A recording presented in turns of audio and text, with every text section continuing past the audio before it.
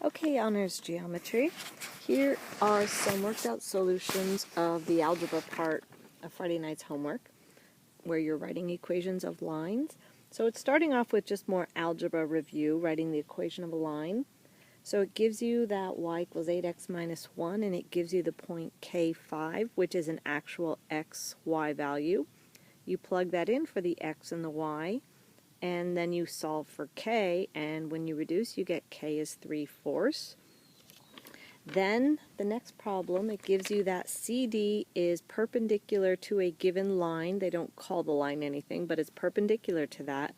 So what you need is you need the slope of that given line, and then once you find that slope, you're going to get the perpendicular slope. You'll use the perpendicular slope and the point CD, which happens to be 1, 4, and using your point slope form, you can write the equation of the line. Y minus 4 equals 3/2 x minus 1. Then we move on to, it wants you to show generically, given an equation of a line in standard form, this is what this is called. If it's given to you in standard form, you can just find your slope immediately without putting it into y equals mx plus b. It will always be the opposite over a over b, and that comes out when you go ahead and isolate y. So you get opposite of a over b for your m, and the y-intercept turns into your c over b. So realize that a, b, and c do not mean the same thing as y equals mx plus b. They are different coefficients. They have different meaning. Okay? Then we move on to the next slide, and this is now we're dealing with the triangle. And so I have the triangle labeled over here, and I've already found some midpoints.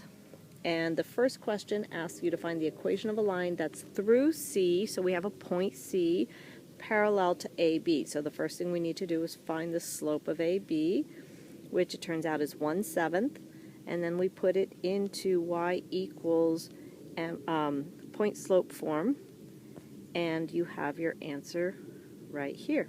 So there's your slope, and there's your point.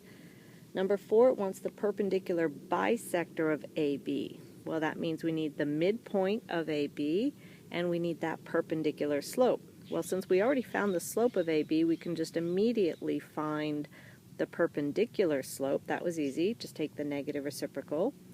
The midpoint of AB is the point 9,2, and then you can put those both into your point slope equation of a line, and your answer is right here. Number 5, you're finding the altitude from C down to AB. So again, we need that perpendicular slope, which we already have, and we're going to use the point C. So we have a point, we have a slope. We can write the equation of a line. See how easy it is when you don't have to solve for B? And now, number 6, you're going to find the median from AB from C. So we need that slope, and we need the midpoint. So we found the midpoint from when we did the perpendicular. So the perpendicular, the midpoint was 9,2. We have then to find the slope between that midpoint and point C, which is over here.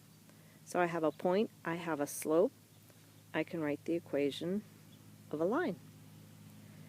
And then number 7, it wants you to find the slope of the line joining the midpoints of AC and BC.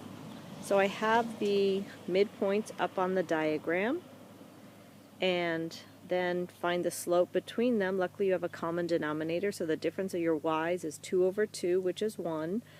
Difference of your x is 10 minus 3 is 7. And that is the slope, and that's all we really cared about. What I think they want you to notice, though, is that the slope of those midpoints is the same as the slope of AB.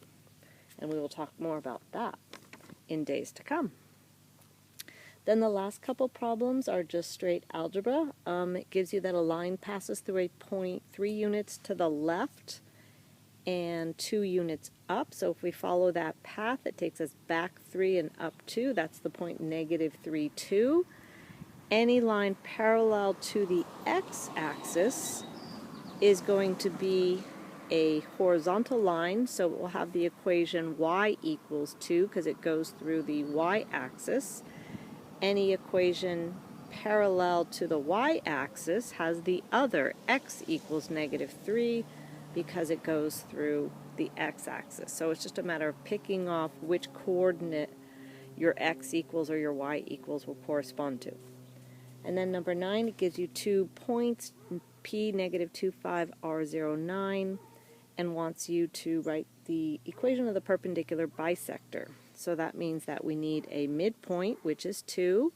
We need a slope, which is -1/2. So we need to then take the perpendicular slope and use the midpoint, and you plug it into the equation of a line. And that's pretty much it. Now, as for the proof, I'm going to do that in a separate document. I'm probably just going to load it up, but I wanted to get this off to you.